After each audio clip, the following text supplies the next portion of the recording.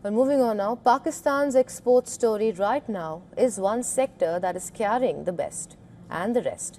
Well, the country's tech exports crossed $4.18 billion in the first 11 months of financial year 26, already above last year's full year total. Well, the tech sector is on course to its $4.5 billion target by June end, and that is supported by a growth rate sustained across 11 consecutive months. That's the headline Islamabad wants. But the real picture is messier. Textile, the sector that still does the heavy lifting, are flatlining.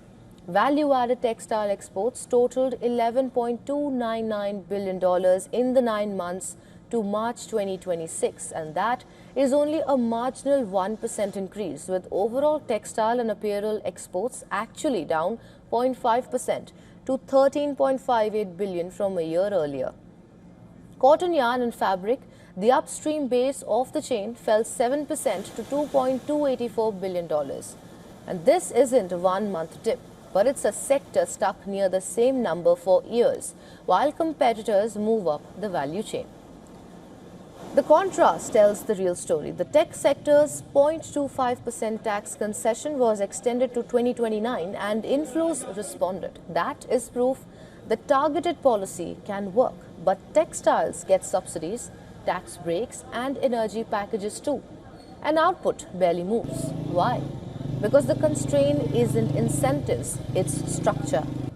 Energy costs eating into 35 to 40% of conversion costs. Machinery hasn't been upgraded in a decade, and the workforce earns only a fraction of Vietnamese productivity per worker. Macro pressure compounds this. Total exports for July-January fell 7.11%, even as imports surged 9.49%, pushing the trade gap to $22 billion.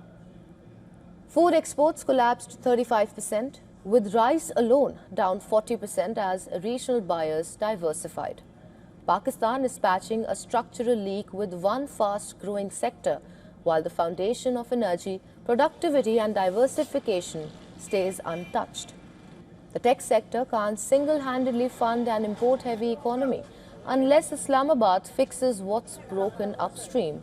No incentive package will move the needle where it actually matters.